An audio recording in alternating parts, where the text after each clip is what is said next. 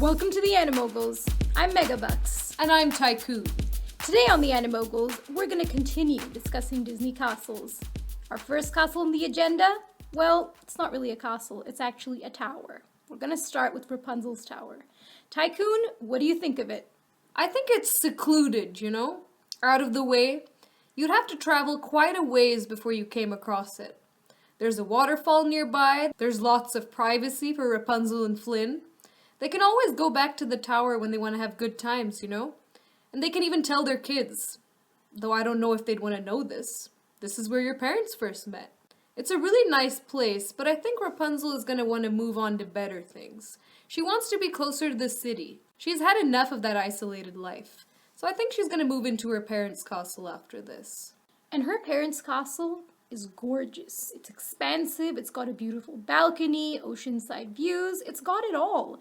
Compared to that, Rapunzel's original tower is kind of a dump. Plus, Rapunzel's tower was where she was raised in captivity by Mother Gothel. Mother Gothel's ashes are nearby, and to top it off, Pascal murdered Mother Gothel there. So Rapunzel does not need to be reminded about her pet iguana's murderous instincts. I mean, yeah, Pascal murdered Mother Gothel to protect Rapunzel, but can we honestly say it was in self-defense? Because Pascal himself was not being attacked at that point, yet he went on to kill Mother Gothel.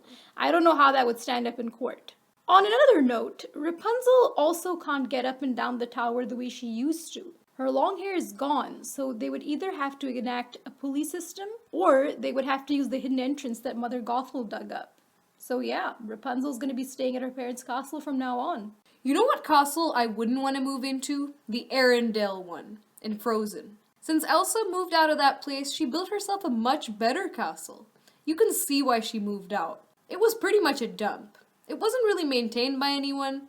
Sure, there were a couple of paintings of Joan Arc and some other folks, but aside from that, it was a really dull place. There wasn't a lot happening.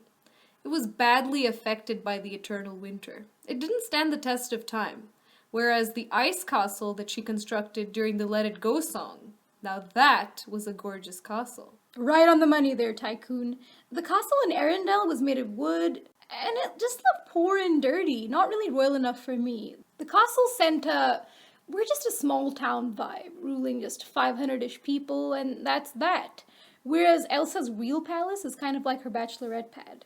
Now that Anna is courting these two guys, Elsa doesn't want to see what kind of hanky-panky her sister is up to. Elsa's tired of being this motherly figure in her life. She wants her own life now. Maybe Elsa wants a hot fling with her own guys, so she needs her own place. So she goes to this nice remote location where, she can have some fun, still be queen on a part-time basis, come back to Arendelle when they need her. It's like a winter vacation spot. Good for Elsa.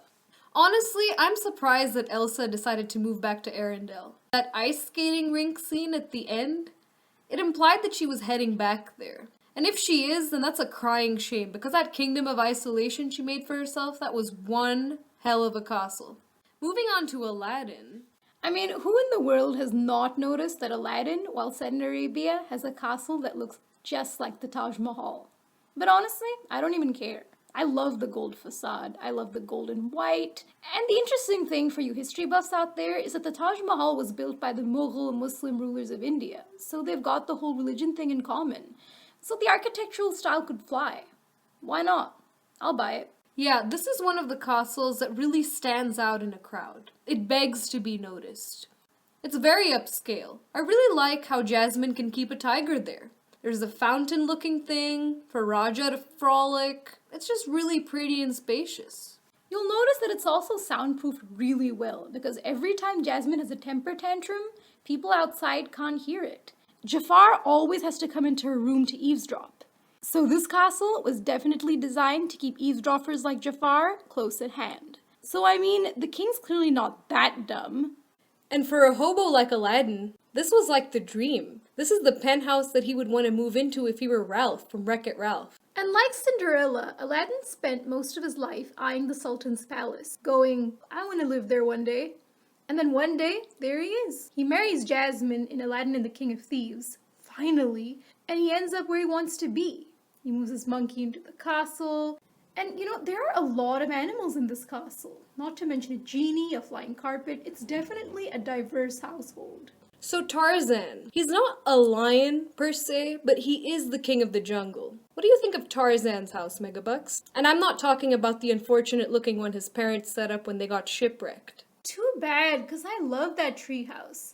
But you could see why Tarzan wouldn't want to go there. Too many bad memories of his dead parents' remains. But the cool thing about Tarzan is that pretty much the whole island, all of Madagascar, is his castle. It's very rustic. If you're into camping and living in the outdoors, that's the kind of castle you would want, a rugged one. Yeah, just watch out for leopards that maul you to death and then try to eat your baby. Or that Phil Collins song that follows you wherever you go. Those are pretty much the dangers that you find in Tarzan's castle.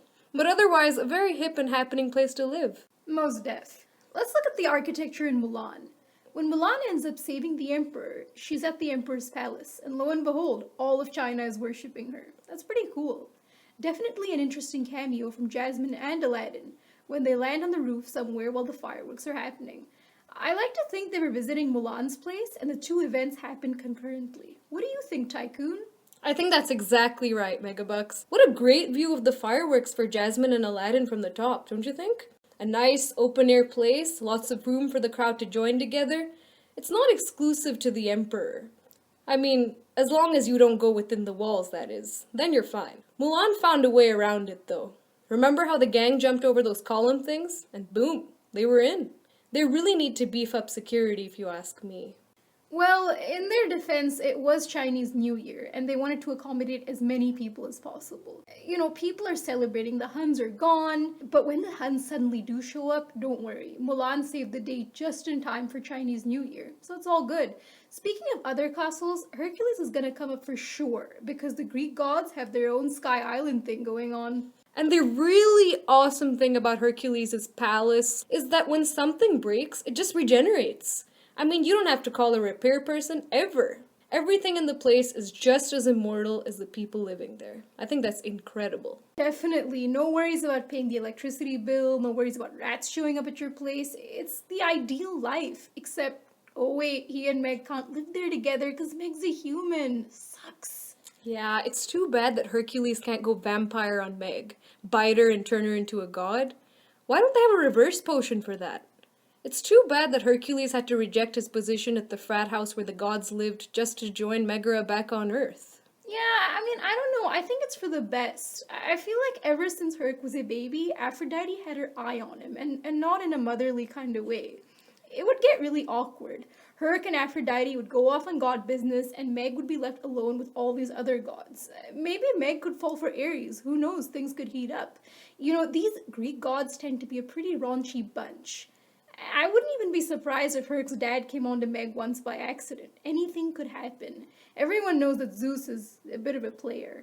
Well, it looks like we've reached the end of another episode on the AniMoguls. If you haven't already seen it, you can click on the annotation to watch Disney Castles Part 1. Thanks for watching!